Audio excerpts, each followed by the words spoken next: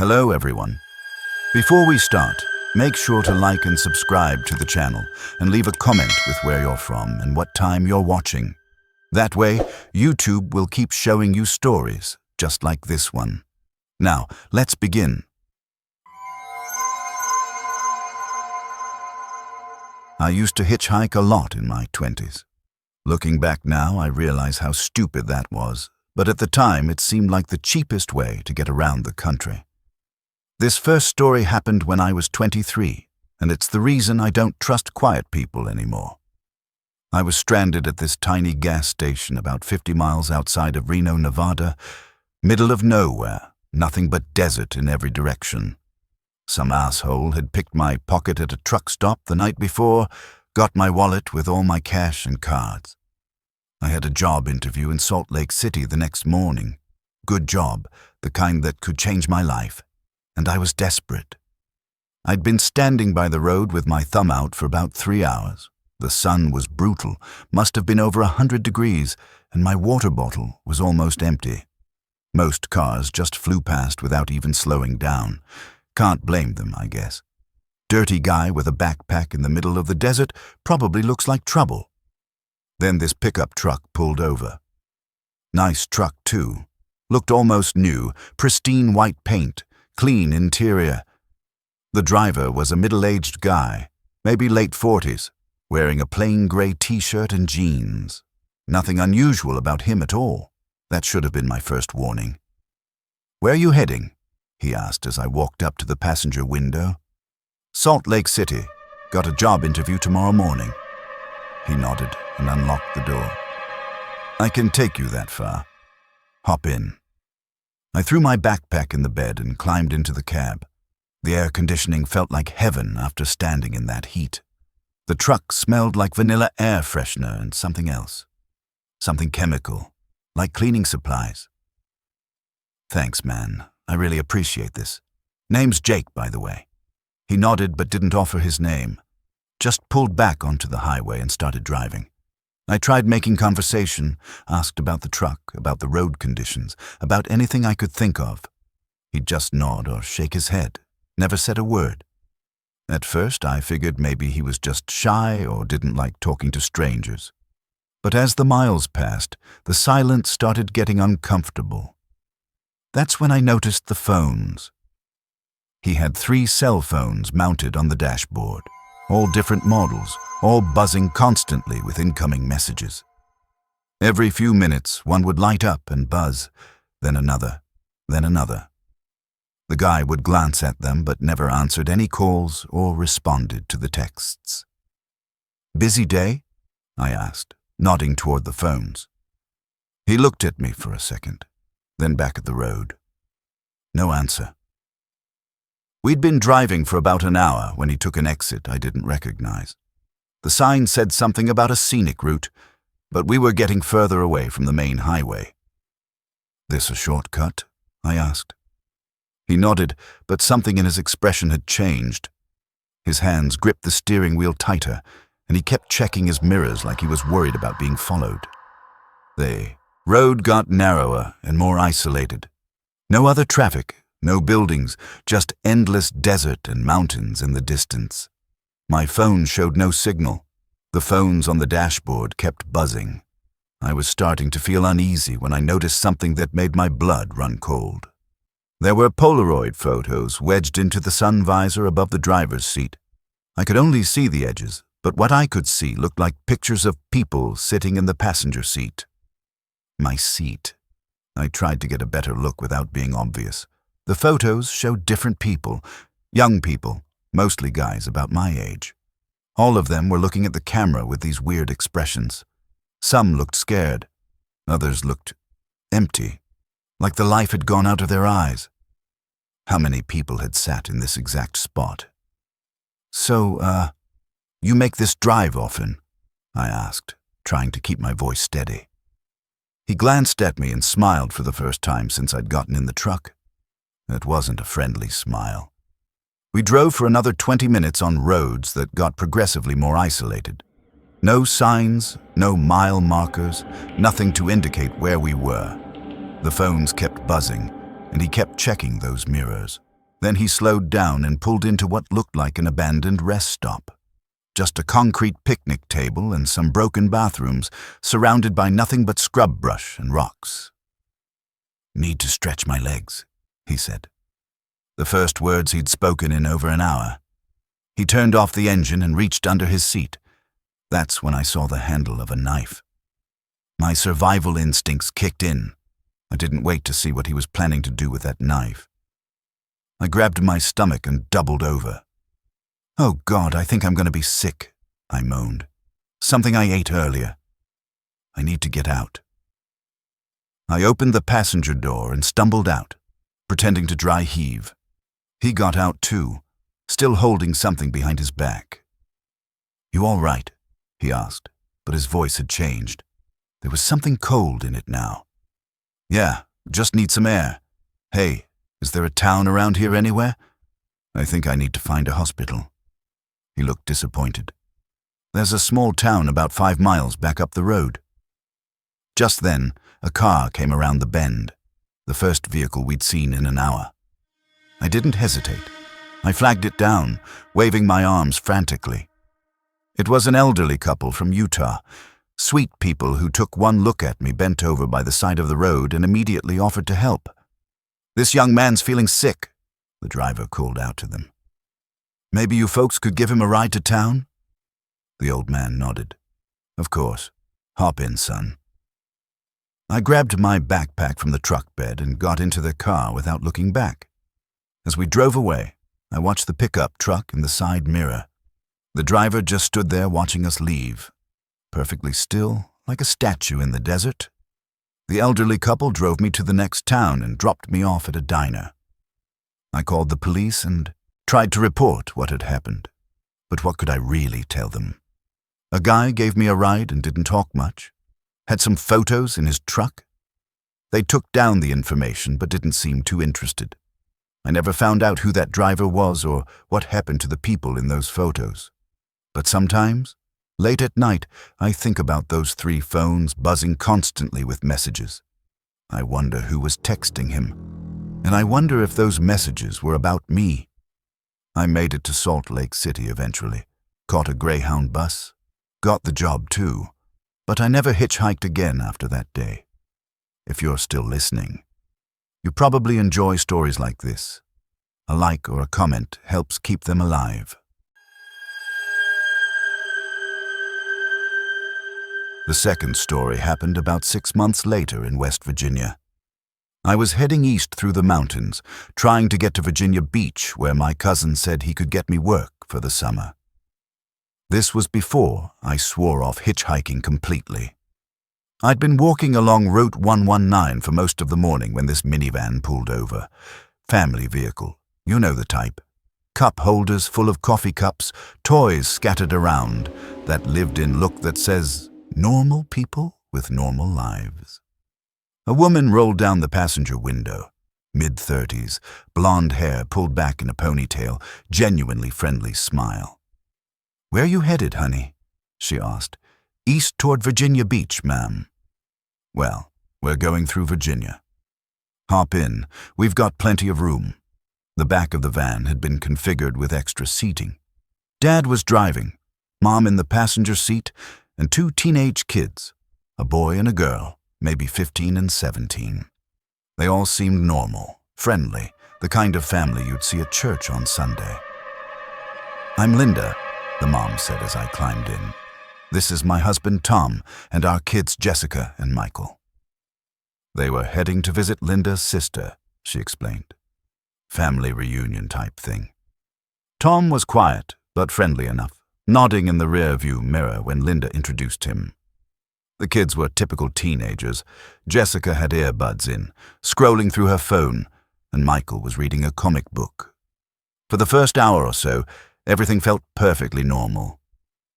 Linda asked about my travels, where I was from, what kind of work I was looking for. Standard small talk. She shared snacks from a cooler, sandwiches, chips, sodas. They treated me like family. But then I started noticing things. The kids kept whispering to each other and looking at me. Not in a rude way, just curious. like they were discussing something about me. And Tom and Linda would exchange these quick glances in the mirror, these meaningful looks that married couples share when they're communicating without words. "So Jake," Linda said, turning around in her seat, "tell us about your family." "Parents still around?" It seemed like an innocent question, but something about the way she asked it felt wrong, too interested. "Yeah, they're back in California. We don't really keep in touch much." "Oh, that's sad." "No siblings?" "Nope, just me." More glances between Tom and Linda. "Anyone expecting you in Virginia Beach?" Tom asked. It was the first time he'd spoken directly to me. "My cousin, but he's not really expecting me at any particular time. Just said to show up when I could." Jessica pulled out one of her earbuds. "What's your cousin's name? Why do you want to know?" The question came out sharper than I intended. For some reason, I was starting to feel defensive. "Oh, we just know a lot of people in that area," Linda said quickly. "Thought we might know him." We'd been driving for about 2 hours when Tom took an exit I wasn't expecting. The sign said something about a scenic mountain route. "This the fastest way?" I asked. "We need to make a quick stop," Tom said. "Visit some relatives up in the mountains." "Won't take long." The road started climbing immediately, winding up through thick forest. Beautiful country, but isolated. We passed a few scattered houses at first, then nothing but trees. "How far up are we going?" I asked. "Not far," Linda said, but she'd stopped being chatty. The kids had gone quiet too, both of them staring out the windows. 20 minutes later, we turned onto a dirt road. No signs, no mailboxes, just a narrow track disappearing into the woods. "I thought you said this was a quick stop," I said. "It is," Tom replied, but his voice had gotten cold. The dirt road wound through the forest for what felt like miles. My phone had lost signal completely. The van's radio was just static. Finally, we came to a clearing with several buildings scattered around. Not exactly houses, more like cabins or sheds. There were vehicles parked everywhere, mostly pickup trucks and older cars. And people. Lots of people, all of them coming out of the buildings to watch us arrive. Tom parked near what looked like the main building. The people gathering around us weren't dressed like tourists or weekend campers. They had this hardness about them, the kind of look you see in people who've lived rough lives in isolated places. "Where are we?" I asked. "Family property," Linda said. But she was looking at me differently now. The friendly mask had slipped. One of the men outside knocked on the driver's window. Tom rolled it down. "Brought another one, did you?" the man said, looking directly at me. Another one. That's when I knew I was in serious trouble. "I need to get out," I said. "This isn't what we agreed to." "Oh, but Jake," Linda said, turning around with that fake smile back on her face. "We haven't even introduced you to everyone yet. They're so excited to meet you." Jessica giggled. It was a horrible sound. The people outside were surrounding the van now. I counted at least 8 adults, all of them staring at me through the windows like I was some kind of exhibit. "Let me out of here," I said, reaching for the door handle. It wouldn't open. Child locks, probably. "Now don't be rude," Tom said. "Linda's family has been looking forward to meeting you." I looked around desperately. We were surrounded by forest, miles from any main road with no cell service, and there were too many of them. But then Michael dropped his comic book, and when I bent to pick it up for him, I noticed something. The back door had a manual release handle hidden under the seat. I palmed it and sat back up, trying to look calm. "You know what?" I said. "I think I'm starting to feel car sick from all these mountain roads. Mind if I get some fresh air?" "Of course," Linda said. "Tom, why don't you—" I yanked the release handle and threw my shoulder against the door. It flew open, and I rolled out onto the ground before anyone could react. The people outside shouted and started moving toward me, but I had a head start. I grabbed my backpack and ran for the tree line. Behind me, I could hear Tom yelling, "Don't let him get to the main road." I crashed through the forest, branches tearing at my clothes, running harder than I'd ever run in my life. I could hear them behind me, crashing through the underbrush, but I had youth and desperation on my side. I must have run for an hour before I found another dirt road. Followed it until I hit pavement, then flagged down the first car I saw. A state trooper, as luck would have it. I told him everything, gave him directions as best I could. He radioed for backup and went looking for that compound. But they never found it. Either I got the directions wrong in my panic, or that family knew how to disappear when they needed to. The trooper said there'd been reports of missing hitchhikers in that area for years. Young people who were never seen again. He drove me to the next town and put me on a bus. I still wonder what would have happened if I hadn't gotten out of that van. What Linda's family had planned for me. And sometimes I wonder if they're still out there, driving those mountain roads, looking for the next lonely hitchhiker who needs a ride.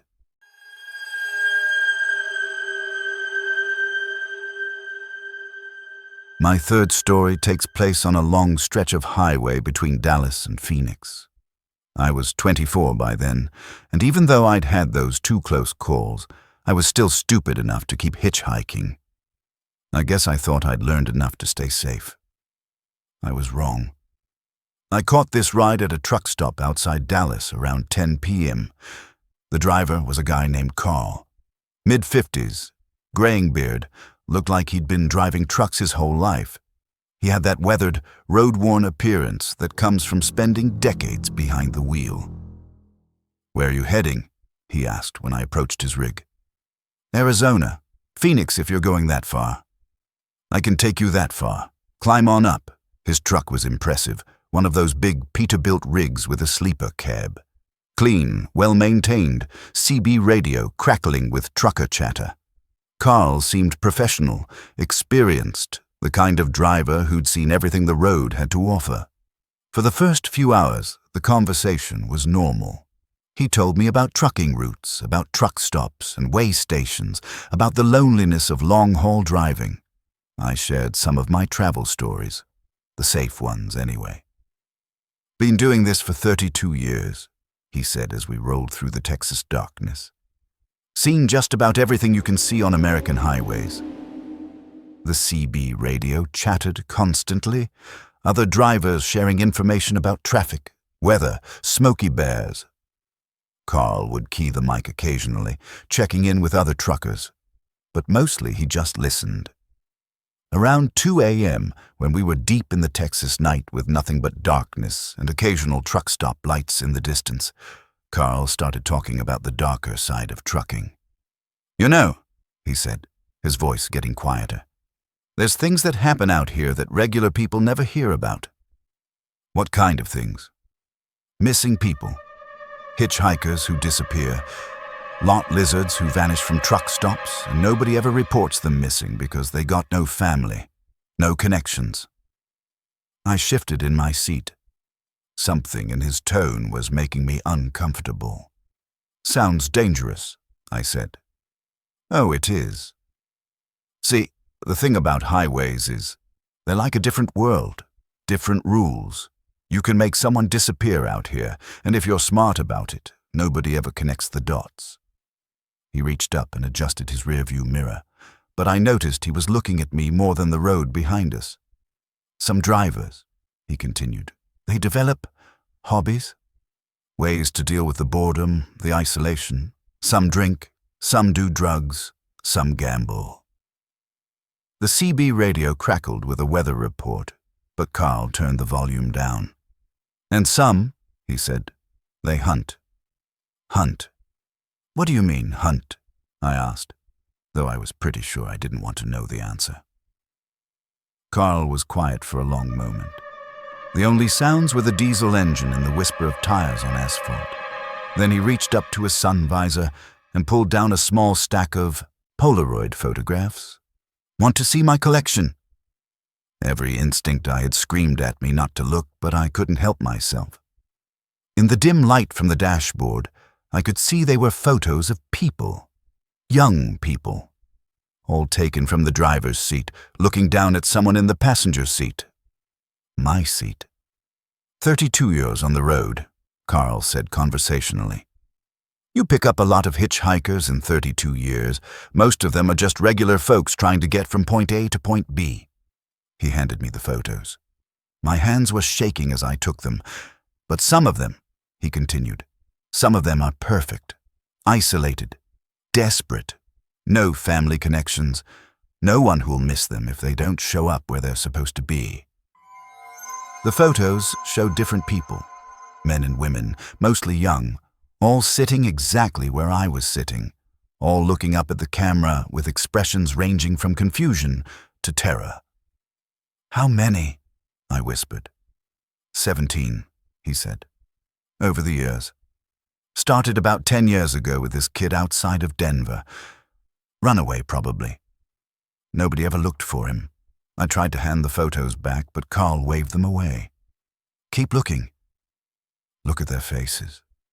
Really look at them. I couldn't help myself. Each photo showed a different person, but they all had something in common. That look of dawning realization that they were in terrible danger. The thing is, Carl said, I don't actually kill them. I looked up at him, confused and terrified. See, what I do is, I pick them up, and I tell them exactly what I'm telling you. I show them the photos. I explain what I could do to them, how easy it would be, how nobody would ever find them. The truck cab suddenly felt smaller, like the walls were closing in. It's a test, he said. I'm testing them, seeing how they react, seeing if they're fighters or if they just give up. What? What happens if they give up? Carl smiled, and it was the most terrifying smile I'd ever seen. Well, let's just say I don't give rides to quitters. We drove in silence for several minutes while I tried to process what he was telling me. The photos felt heavy in my hands. So, Carl said finally, what kind of person are you, Jake? Are you a fighter, or are you a quitter? I looked at him, then at the photos, then out at the endless darkness beyond the windshield. We were somewhere in the middle of nowhere, going 70 miles an hour in an 18-wheeler. I was trapped with a man who just confessed to being a serial killer, but something in his voice, in the way he was watching me, made me think this really was some kind of test. I'm a fighter, I said, surprised by how steady my voice sounded. Carl nodded approvingly. Good answer.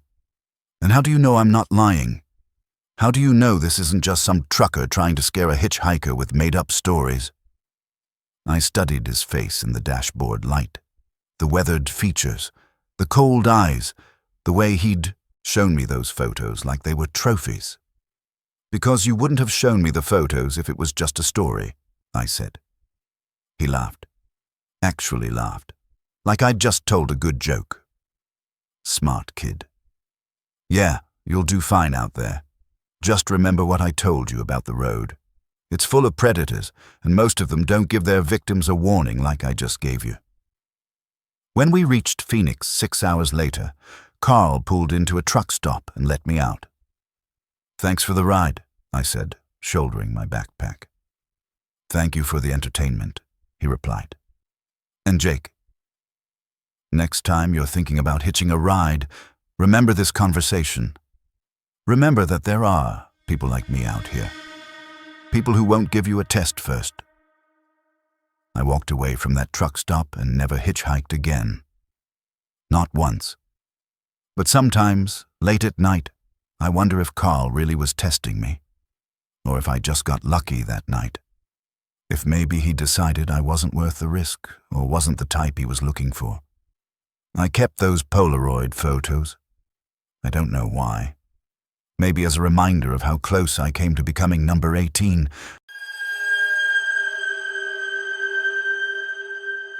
By the time my fourth story happened, I'd sworn off hitchhiking. But sometimes life doesn't give you a choice. I was 25, working as a groundskeeper at a small college in Oregon, one of those liberal arts schools nestled in the mountains outside Portland. It was October, and I'd been working late, trying to finish up some landscaping before the first frost. I'd missed the last bus back to town, and my beat-up Honda was in the shop.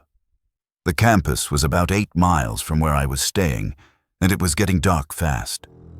I was walking along the main road when this car pulled over. Nice car. Newer Honda Civic. Clean. Looked like a student vehicle. The driver rolled down his window.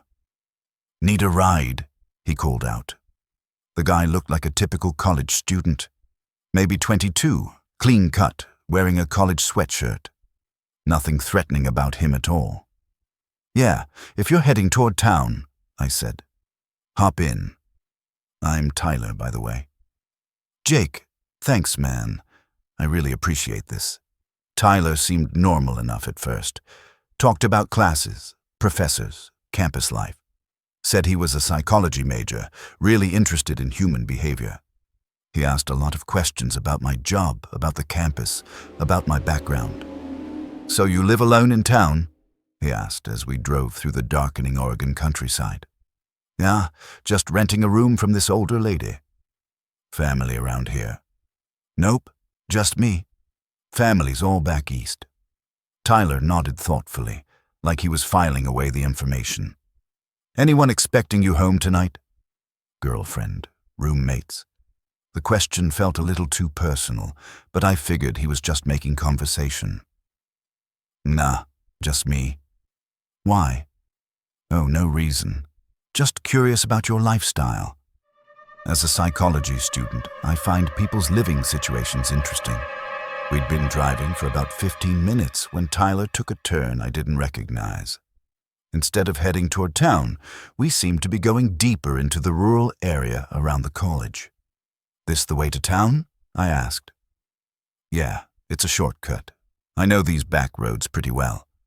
But something felt wrong. The road was getting narrower, more isolated. No street lights, no other traffic. "You sure about this?" "I think town's the other direction." Tyler glanced at me with a strange expression. "Trust me, I know where I'm going." We drove for another 10 minutes on increasingly remote roads. Finally, Tyler pulled into the driveway of an old farmhouse, set back from the road and surrounded by overgrown fields. "What's this?" I asked. "I need to grab something from the house real quick. Won't take long." He turned off the engine and got out. I stayed in the car, feeling increasingly uneasy. The house looked abandoned, paint peeling, windows boarded up in places, yard full of weeds. Tyler walked up to the front porch and unlocked the door. He turned back to me. "Come on, you might find this interesting. I've got some stuff inside I think you'd like to see." Every instinct told me to stay in the car, but Tyler was my ride. If I pissed him off, I'd be stranded out here with no way to get home. Against my better judgment, I followed him inside. The house smelled like dust and decay. The furniture was covered with sheets, and everything had that abandoned, forgotten feel. But Tyler moved around like he knew the place well. "What is this place?" I asked. "Family property," he said, switching on a battery-powered lantern. "Been empty for years, but I use it sometimes for projects." He led me into what must have been the living room. The walls were covered with photographs, hundreds of them, all thumbtacked to the wooden paneling. As my eyes adjusted to the lantern light, I realized they weren't just random photos. They were all pictures of people, young people, mostly college-aged, and they all looked like they'd been taken without the subjects knowing. "What the hell is this?" I said, backing toward the door. "My collection," Tyler said proudly. "I've been documenting people for years. Students, hitchhikers, anyone who catches my interest." I looked closer at the photos. Some were clearly taken from a distance.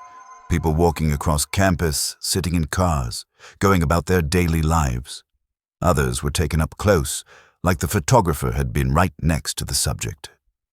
"These people," I said, "do they know you took these pictures?" Tyler laughed. "Of course not." That would ruin the whole point. The beauty is in capturing people when they think they're unobserved, when they're completely natural. I spotted a section of photos that made my blood run cold. They showed the interior of a car, Tyler's car. Different people sitting in the passenger seat, all looking confused or frightened. People like me. "Tyler," I said carefully, "I think I should get going. Maybe you could give me that ride to town now." "Oh, but we haven't finished the tour yet," he said. "I want to show you the best part." He gestured toward a hallway leading deeper into the house. I could see more photos lining the walls and something else. Personal items. Wallets, jewelry, pieces of clothing, all displayed like museum exhibits. "I collect more than just photographs," Tyler explained. "I like to keep mementos from my subjects. Helps me remember them better." That's when I realized Tyler wasn't just some photography enthusiast. He was stalking people. And from the looks of that collection, he'd been doing it for years. "The really special ones," he continued, walking toward the hallway, "I keep more extensive records on. Background information, daily routines, family connections, or lack thereof." He turned back to me with that same clean-cut smile. "Like you, for instance. No family nearby, living alone, working a job where nobody would miss you for days if you didn't show up."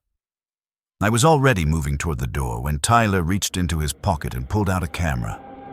"Just one picture," he said, "for the collection." I didn't wait to see what else he might pull out of his pockets. I turned and ran for the front door, Tyler shouting behind me. The door was unlocked, thankfully. I burst out onto the porch and kept running, across the overgrown yard and into the field beyond. Behind me, I could hear Tyler calling out, "Jake, don't be difficult. I just want to document this moment." I ran through those fields in the dark, stumbling over rocks and furrows, until I found another road. Followed it for what felt like hours, until I saw the lights of town. Never reported it to the police. Who would believe that story? And I never found out if Tyler really was a student at the college, or if that was just another lie. But I did start paying more attention to the people around me.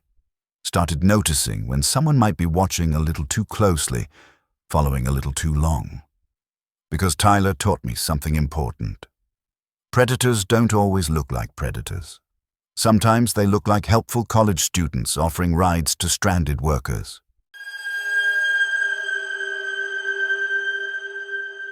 My final hitchhiking story happened about a year later, and it's the one that still gives me nightmares. I was driving through Kansas. I'd finally saved enough money to buy a car, a beat-up old Corolla, when the engine died outside a small town called Cedar Ridge. This was back before smartphones were everywhere, and I was stuck on a country road with storm clouds building on the horizon. I walked about 2 miles before the rain started. Not just rain. One of those violent Midwest thunderstorms that comes out of nowhere and turns day into night. Lightning everywhere, thunder so loud it hurt my ears, wind that nearly knocked me over. I was soaked to the skin and stumbling along the muddy road when this pickup truck pulled over. The driver was an elderly woman, probably 70, with gray hair and a kind face. She looked like someone's grandmother. "Oh, honey, get in here before you catch your death," she called out over the storm. I didn't hesitate, climbed right into that warm, dry cab and felt like I'd been saved. "I'm Dorothy," she said, pulling back onto the road. "You look half drowned, poor thing." "I'm Jake." My car broke down a couple miles back. I was trying to walk to town when this storm hit. "Well, you're not walking anywhere in this weather. Tell you what, why don't you come back to my place until this blows over? I'll fix you some dinner and you can dry off." Dorothy seemed like the sweetest old lady you could imagine. Talked about her garden, her church, her late husband who'd been a farmer. The kind of person who still left her doors unlocked and baked cookies for the mailman. Her house was a classic farmhouse. White clapboard siding, wrap-around porch, probably built in the 1920s. Warm light glowed in the windows, and smoke was coming from the chimney. "Come on in," she said, leading me up the front steps. "Let me get you some dry clothes and a hot meal." The inside of the house felt like stepping back in time. Floral wallpaper, antique furniture, the smell of pot roast and fresh bread. Family photos covered the mantelpiece. Old wedding pictures, baby photos, graduation portraits spanning decades. Dorothy brought me a towel and some clothes that must have belonged to her late husband. "You get changed, and I'll warm up some dinner for you." While I was changing in the bathroom, I heard her moving around in the kitchen, humming to herself. Through the window, I could see the storm getting worse. Lightning lit up the sky every few seconds, and the rain was coming down so hard it sounded like gravel hitting the roof. Dinner was amazing. Dorothy was one of those old-fashioned cooks who made everything from scratch. We ate by candlelight because the power had gone out, and she told me stories about life on a Kansas farm, about the old days when neighbors helped neighbors without question. "You're welcome to stay the night if this storm keeps up," she said as we finished eating. "I've got a spare bedroom, and it's no trouble at all." I was grateful for the offer. The storm showed no signs of letting up, and the idea of walking back to my broken-down car in this weather was not appealing. That's when I started noticing things that didn't quite add up. The family photos on the mantelpiece showed a lot of different people across a lot of different time periods. Too many people for one family. And some of the photos looked newer than they should have been, given Dorothy's age and the fact that her husband had been dead for 15 years. While Dorothy was in the kitchen washing dishes, I took a closer look at the photos.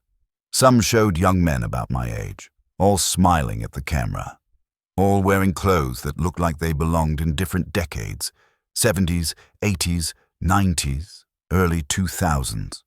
But the strangest thing was that all these different young men were wearing the same shirt, the exact same plaid flannel shirt that Dorothy had given me to wear. I was studying one of the photos when Dorothy came back into the living room. "That's my nephew Tommy," she said, pointing to the photo I was holding. "He used to visit every summer when he was about your age." "What happened to him?" "Oh, he moved away." "They all move away eventually." She sighed sadly. "Young people these days, they don't stay in small towns like they used to." Something in her voice made me look at her more carefully. The sweet old lady expression was still there, but there was something else underneath it. Something cold. "Mrs. I'm sorry, I didn't catch your last name." "Just call me Dorothy, dear." "Dorothy, would it be possible to use your phone? I should try to call someone about my car." "Oh, I'm afraid the phone lines are down because of the storm. We'll have to wait until morning," but I hadn't heard the phone ring once all evening, which was unusual. Even with the storm, you'd expect at least one call.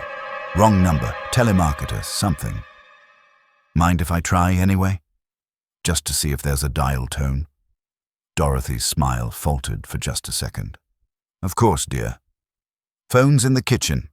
I went to the kitchen and picked up the old rotary phone on the wall. No dial tone, but when I looked closer, I noticed the phone cord had been cut. Not damaged by the storm. Cut clean with scissors or a knife. "Phone's not working," I called out to Dorothy. "I told you, dear." The storm. I came back to the living room and Dorothy was sitting in her rocking chair, knitting, the picture of domestic tranquility. But now I was seeing everything differently. "Dorothy, I think I should probably head upstairs and get some sleep. Big day tomorrow, getting my car fixed and all." "Of course, dear." Top of the stairs, second door on the right. I put fresh sheets on the bed this afternoon. How did she know I'd be staying the night when she picked me up just a few hours ago? I climbed the creaky stairs, but instead of going to the bedroom, I quietly explored the other rooms. The first door opened onto a bedroom that looked like it belonged to a teenage boy from the 1980s. Posters on the walls, clothes in the closet, everything covered in dust like it had been preserved as a shrine. The third door was another bedroom, this one decorated like it was from the 1990s. Different posters, different clothes, but the same feeling of a life interrupted and preserved. I tried the fourth door, but it was locked. From downstairs, I could hear Dorothy still humming to herself, the sound of her rocking chair creaking rhythmically. The second door, the one she'd told me was mine, opened onto what looked like the most recent bedroom. The clothes in the closet looked like they were from the early 2000s. On the nightstand was a wallet. I opened it and found a driver's license belonging to someone named Marcus Chen, age 23. The photo on the license showed a young Asian man wearing the same flannel shirt I was wearing now. That's when I heard Dorothy's footsteps on the stairs. I quickly put the wallet back and sat on the bed, trying to look natural. Dorothy appeared in the doorway with a steaming mug. "Thought you might like some hot cocoa before bed," she said. "Family recipe." She set the mug on the nightstand and smiled at me. But in the dim light from the hallway, her face looked different, sharper, more predatory. "Thank you," I said, not touching the cocoa. "Drink up while it's hot," she insisted. "It'll help you sleep." Help me sleep permanently, probably. "I will. Just let me get settled first." Dorothy lingered in the doorway for a moment, then nodded. "Good night, dear. Sleep tight." I waited until I heard her go back downstairs. Then I crept to the window. The storm was still raging, but I could see lights in the distance. Another farmhouse maybe half a mile away. I had to get out of this house, but first I needed to know what was behind that locked door. I found a bobby pin in the dresser. There were personal items from different decades scattered throughout the room, like Dorothy had been collecting souvenirs from her guests and worked on the lock. It was an old house with old locks, and it only took a few minutes to get it open. The smell hit me first. Musty, stale air mixed with something else. Something organic and wrong. The room was full of clothing racks, like a costume closet. Dozens of outfits from different time periods, all organized by decade. Men's clothes, all in different sizes, all carefully maintained. At the back of the room was a filing cabinet. Each drawer was labeled with a decade: 70s, 80s, 90s, 2000s. Inside were manila folders, each one containing information about a different person. Photos, personal details, newspaper clippings about missing persons. I found Marcus Chen's folder. According to Dorothy's notes, he'd been a hitchhiker who'd gotten caught in a storm in 2003. The folder contained his driver's license, credit cards, and a newspaper clipping about his disappearance. College student vanishes during road trip, family still seeking answers. There were dozens of folders. Dozens of young men who disappeared over the decades, all of them caught in storms, all of them seeking shelter at Dorothy's house. I heard footsteps on the stairs again. Dorothy was coming back. I quickly closed the filing cabinet and crept to the window. It opened onto a section of roof over the front porch. In the lightning, I could see it was steep and slippery with rain, but it was my only way out. "Jake?" Dorothy's voice called from the hallway. "Is everything all right up there?" I didn't answer. I was already climbing out the window onto the wet roof. "Jake, dear, where are you?" Her voice was different now. No more sweet grandmother act. There was something cold and angry underneath. The roof was treacherous. Every step risked slipping and falling, but I made it to the edge and dropped down onto the porch. From there, I jumped into the muddy yard and started running toward those distant lights. Behind me, I heard Dorothy shouting, "Jake, come back! You don't understand. The storm's dangerous. You'll die out there." But I kept running, stumbling through muddy fields in the dark, lightning showing me the way in brief, brilliant flashes. I made it to the neighboring farmhouse and pounded on the door until the owners woke up. They were a normal family, husband, wife, 2 kids, who called the police and let me wait inside until the storm passed. When the police went to check Dorothy's house the next morning, they found it empty. No sign of Dorothy, no sign that anyone had lived there recently. The house looked like it had been abandoned for years, but they did find that locked room. and they found the filing cabinet with all those folders documenting missing persons going back to the 1970s.